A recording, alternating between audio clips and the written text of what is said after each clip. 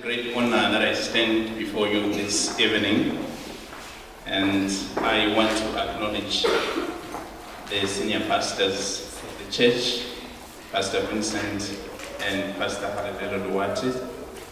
I want to acknowledge the elders of the church this evening. I want to acknowledge the leaders who are in this place. I want to acknowledge my fellow servants who serve in different ministries. I want to acknowledge visitors who are with us tonight.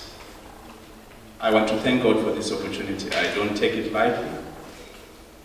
I also want to appreciate that it is an opportunity for me to serve the Lord. I am not here because I'm super. I'm here because I've been granted an opportunity to stand before you. My mandate is to make sure that I take you through the book that you are sitting to have after this session. I think you have already placed in order. I am not going to preempt the book. I'm going to highlight the book. I'm going to allow you to have the gist, to have the pieces that are exciting, to anticipate when you take the book, you will run away with it. So that's why I'm standing before you. I'm not going to write a book. I'm not going to change the book. I'm going to give you a summary of the story. Tonight, I'm greatly motivated, and I think I will take you to the book of Proverbs, chapter 27, verse 17. It reminds me that it is only iron that can sharpen iron. So does man sharpen another man. So as we sit here, I'm greatly excited that another man has taken a step to sharpen another man. I have a paraphrase that I made with regards to that scripture. Just take it for yourself. The Spirit was flowing and I heard what was being said. It's connecting. So you can see how it's coming. Are your friends making you a stronger person? Are they challenging you to become a better person? You cannot soar with the eagles as long as you are hanging out with the turkeys. That's a piece for your digestion. I'm getting back to business. The book, A Second Chance to Life. That's the title of the book. Is it befitting? When I went through the book, indeed, yes, it is befitting. The book tells of stories, realistic, seemingly stories of families, of people, of individuals who have been walking through life, in life, experiencing life. Along the way, they had an opportunity for a second chance. As you read the book, there are so many second chances that you will see inside the book. Second chances that are granted by human beings. For instance, when you have an altercation, when you have a situation where there's a disagreement, when people have a misunderstanding, they accord each other a second chance. They forgive and move on. There are second chances where you find people have been broken in their lives, but at the fullness of time, they have an encounter and they meet with the Lord Jesus. Their lives are transformed. It is a second chance. So chances are found in the story. That title is fitting because there were people in the book, or there are people in the book that were granted second chances. Does the page that we see there, the cover, does it suit what we see, what we read, what we review in the book? For me, yes, it does. If you look at that particular cover, as it is reflected there, you will see there is a man who seems to be retiring, or he's coming from a background where life was hitting him hard, until we see another man there holding a cup of hope, which is meant to resuscitate the man who was giving up. Again, you can see the man who is on the floor has brokenness, and the man who is standing or who is kneeling before him is giving him life, a second chance to life.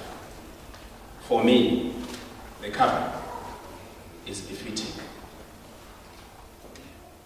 I will take you through the book. This you can see.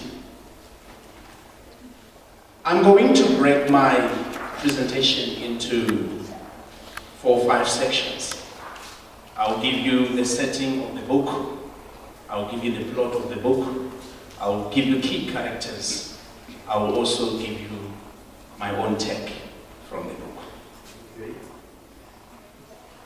Listening is a privilege. I'm going to change. It's not a skill.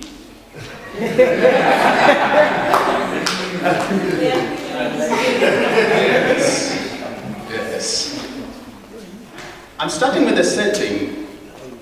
A book that was presented giving a picture in South Africa, predominantly a province in South Africa. It has a bit of a story in America, but it dominates in one province in South Africa, and that province is in Mpumalanga. There's a place, a small town called Amsterdam. That's where it all started. And when I move away from Amsterdam there, I want you to know that that's where the family, that's where the characters that gave existence to the book originate. We are talking about 2 teenagers. I can give them names as they are given there.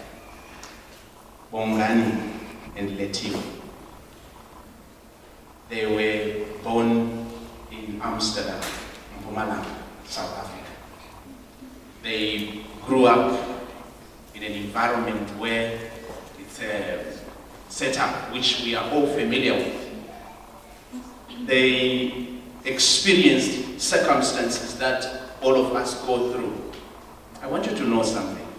When I read the book, when he gave me the book, I didn't want to drop it. I wanted to finish it. It is a book that was structured in such a way that it has 12 chapters. I don't know whether it's to do with the G12 or...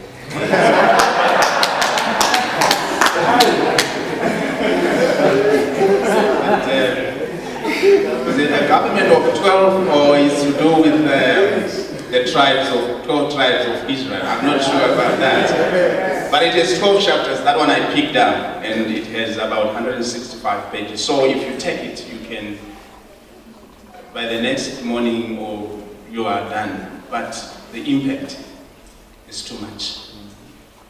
It moved me. And then I thought twice.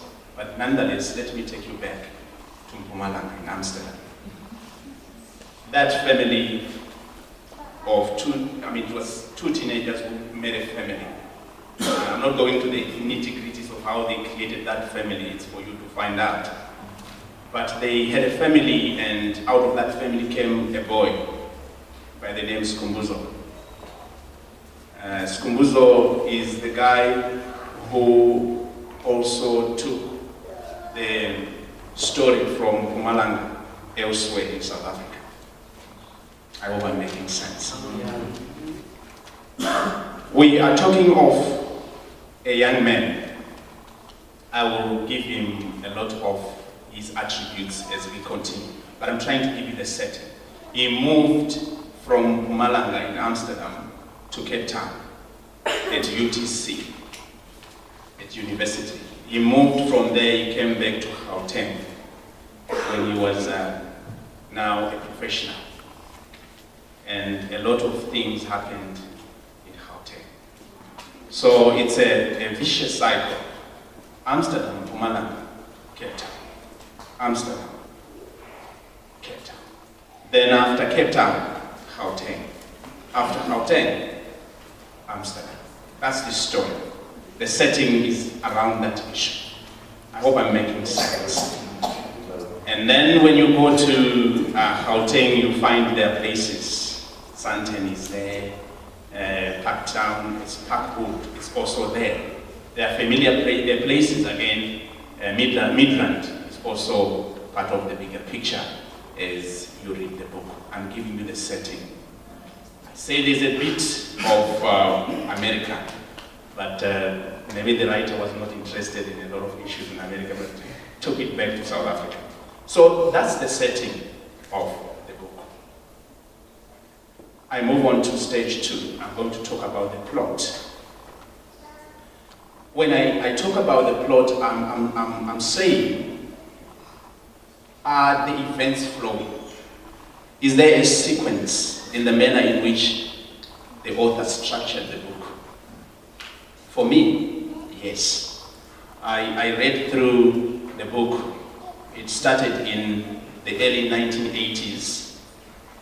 I read through the book. When I finished reading the book, I think I was in 2008, thereabout, or 2009.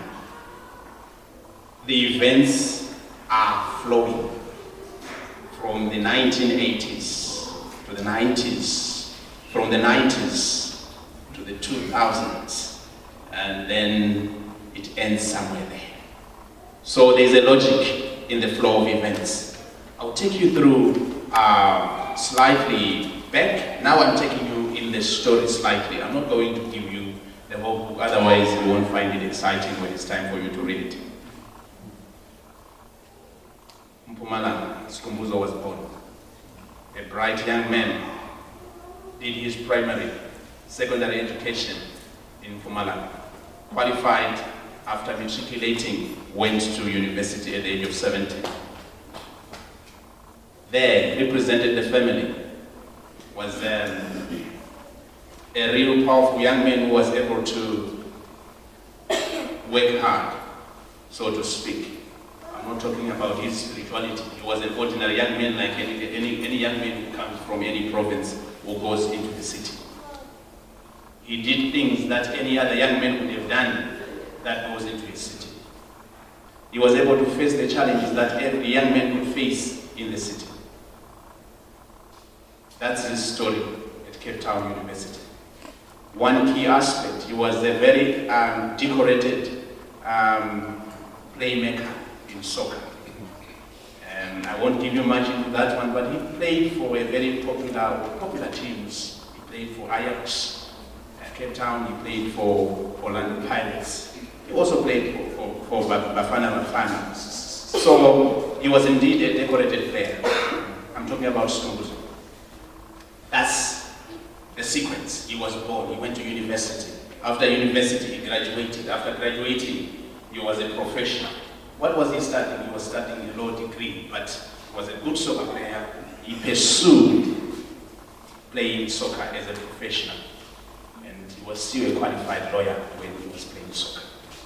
That's the storyline of Skhumbuzo. I want to take you back to his family, where there was a mother and a father who were able to benefit from transformation that came post-apartheid. We're talking about transformation as a result of policies that were introduced by the democratic governments. The government of ANC introduced BEE, yes, BEE policies for transformation. It was one family that benefited from those programs, where they started a business and they were very effective in that business, very successful in that business, and the family was able to raise this son from the proceeds from their businesses. It was a catering business, if you may just want to know.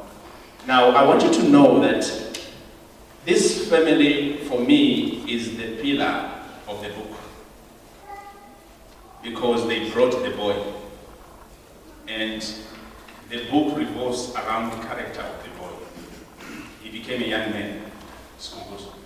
Skhumbuzo had names. His name was changed from Skhumbuzo to Zane. Zane, I think, was the one popular soccer player, Zane Musa.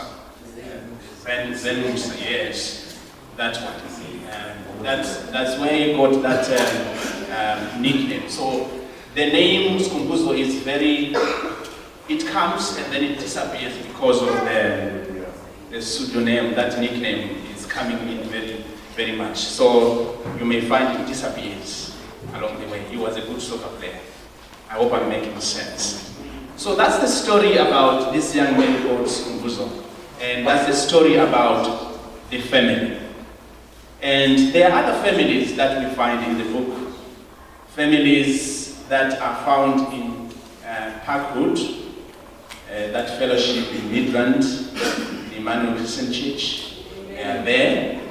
And there are also other families where we talk about, they are not very much key characters in the book, but we have other characters that are central in the setting or in the plot of the book.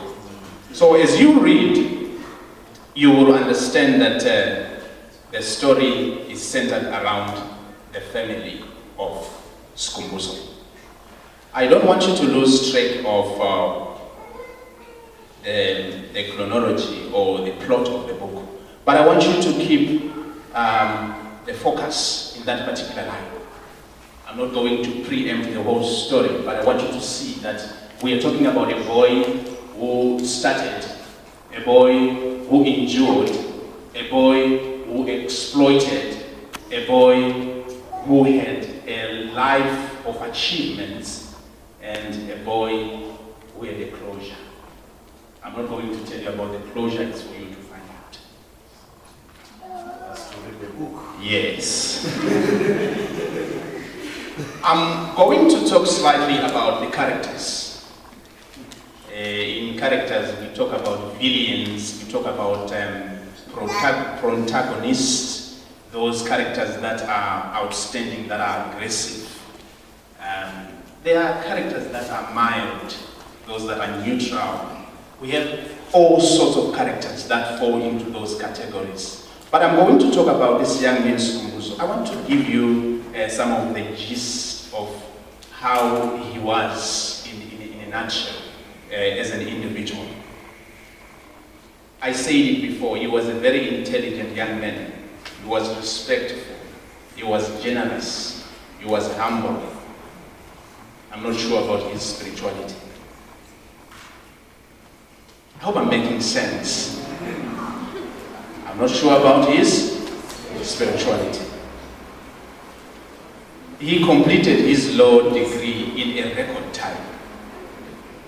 That is to consolidate the fact that he was indeed an individual who had a gift academically. He was a young man who had powerful charm. He was a charmer. I want you to listen to how he would express himself, and it's, by the way, a privilege to get what I'm saying right now. Check this one, I'm quoting from the author. Look out through the window, you will see the sun smiling at you, the trees dancing for you, wild birds singing for you, and flowers giving you a sweet smelling fragrance. You know why? It's because I asked them to. Good morning, princess. Have a stunner day. That was Skumbuzo. Now listen to this good morning text. This one is another quote. I wish you a day as bright as your smile, as lovely as your eyes, as beautiful as your face, as sweet as your heart, as humble as your soul. Skumbuzo was a charmer.